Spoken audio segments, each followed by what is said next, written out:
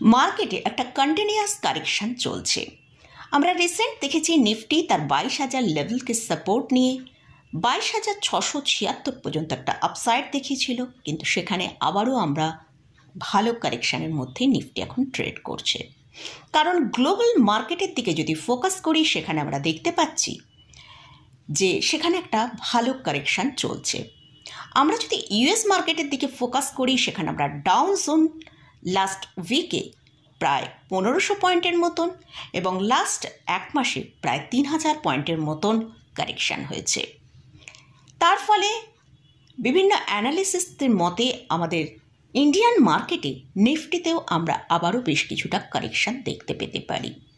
অ্যানালিসিসটা এটাও মনে করছেন যে ইয়ার এন্ডিংয়ের সময় আমরা হয়তো নিফটিকে 25,000 লেভেলের উপর যেতে দেখতে পারি, কিন্তু এখন শর্ট টার্মে নিফটিকে আমরা একটা ভালো কারেকশানে আসতে দেখতে পারি।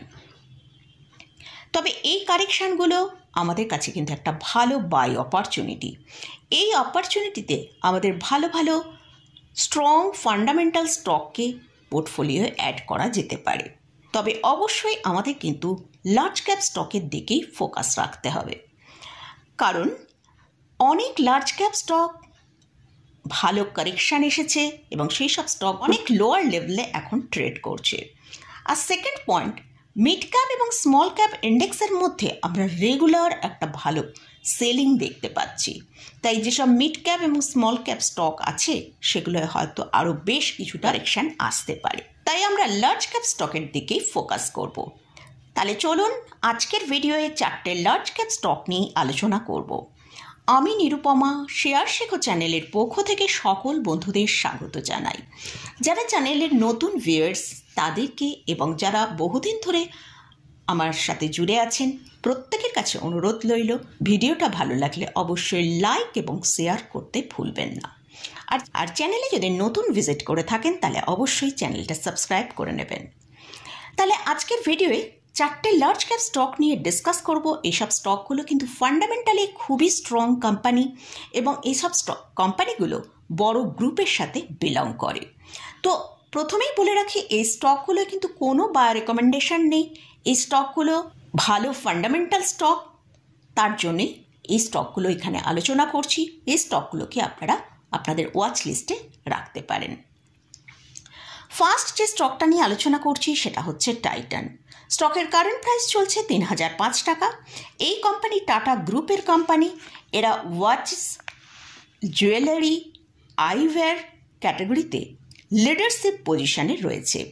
এছাড়াও এদের যে ট্রাস্টেড ব্র্যান্ডগুলো হলো Sonata, Tanishq, Titan eye plus, fast track, এইসব। এটা একটা লার্জ ক্যাপ ক্যাটাগরি স্টক। এদের মার্কেট ক্যাপিটালাইজেশন 2,66,000 করোড়ের ওপর। স্টকের আরওই হচ্ছে 32.9%, আরওসি হচ্ছে 22.7%। এছাড়াও কোম্পানি হেলদি ডিভিডেন্ড পে করে। এই কোম্পানির ডায়মন্ড, জেমস অ্যান্ড জুয়েলারি সেক্টরে বিলং করে। এদের সেলস এবং নেট প্রফিটের মধ্যে আমরা প্রত্যেক ইয়ারে ভালো গ্রোথ দেখতে পাচ্ছি। লাস্ট 5 ইয়ার্সের এদের যদি প্রফিট গ্রোথ দেখি সেটা 20% CAGR। এই কোম্পানিতে প্রোমোটারের হোল্ডিং রয়েছে 52.90%, এফআইএসের হোল্ডিং আছে 18.11% এবং ডিআইএসের 11.37%। স্টকটা এখন তার হায়ার লেভেল থেকে প্রায় 21% ডিক্লাইনে ট্রেড করছে। এই স্টকটাকে আমাদের পোর্টফোলিও অ্যাড করার জন্য আমাদের ওয়াচ লিস্টে রাখা যেতে পারে। সেকেন্ড যে স্টকটা নিয়ে আলোচনা করছি সেটা হচ্ছে কোটাক মহিন্দ্রার ব্যাংক। স্টকের কারেন্ট প্রাইস চলছে 1981 টাকা। এই স্টক লাস্ট 5 ইয়ার্সে মাত্র 34%-এর মতন একটা আপসাইড দেখিয়েছে। স্টকের চার্ট দেখছি, সেখানে স্টকটা লাস্ট 4 ইয়ার্স ধরে একটা রেঞ্জের মধ্যে ট্রেড করছে। ওপরের দিকে 2100 আর নিচের দিকে 1500 টাকা, এইরকম একটা রেঞ্জের মধ্যে ট্রেড করছে।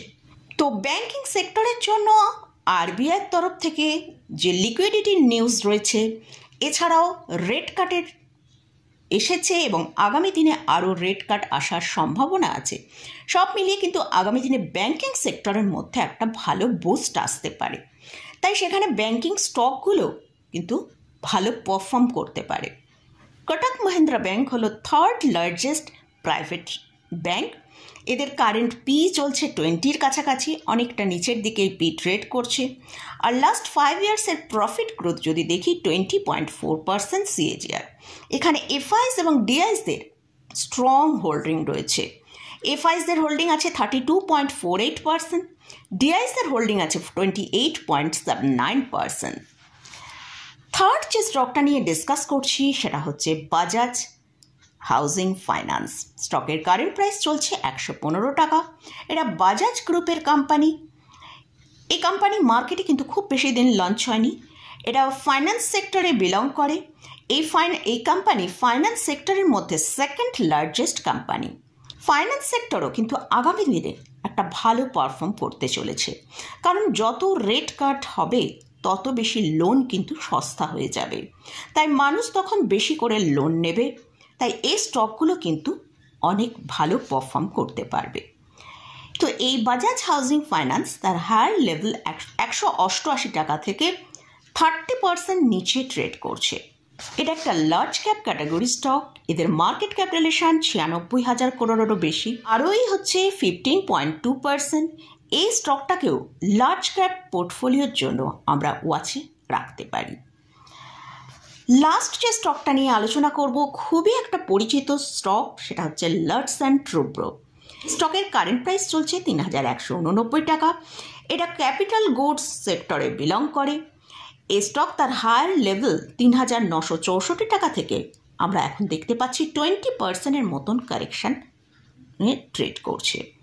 তো এইসব কোম্পানিতে কিন্তু এই যে এতটা কারেকশান আমরা কিন্তু ইন জেনারেলি দেখতে পাই না, এবং আমাদের এই এত বড় কারেকশানের জন্য অনেক দিন ধরে মার্কেটে ওয়েট করতে হয়।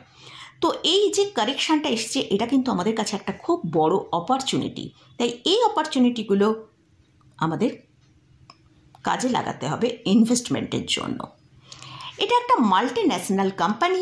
এই কোম্পানি ইনফ্রাস্ট্রাকচার, পাওয়ার, হাইড্রোকার্বন, ডিফেন্স, ইনফরমেশন টেকনোলজি এবং ফাইন্যান্সিয়াল সার্ভিস এইসব সেক্টরের ওপর কাজ করে। এদের মার্কেট ক্যাপিটালাইজেশন হচ্ছে 4,38,000 করোড়ের ওপর। এই কোম্পানিও হেলদি ডিভিডেন্ড পে করে। এছাড়াও এই কোম্পানিতে সেলস এবং নেট প্রফিটের মধ্যে যে গ্রোথ সেটা প্রত্যেক বছর আমরা ভালো বজায় আছে দেখতে পাচ্ছি। এই কোম্পানিতে এফআইস এবং ডিআইসদের ভালো পজিশন রয়েছে। এফআইসদের হোল্ডিং হচ্ছে 20.83%, ডিআইসদের হচ্ছে 41.71%। এছাড়াও পাবলিকের কাছে আছে 37%-এরও বেশি। এই কোম্পানিটাও ফান্ডামেন্টালি কিন্তু খুব স্ট্রং কোম্পানি।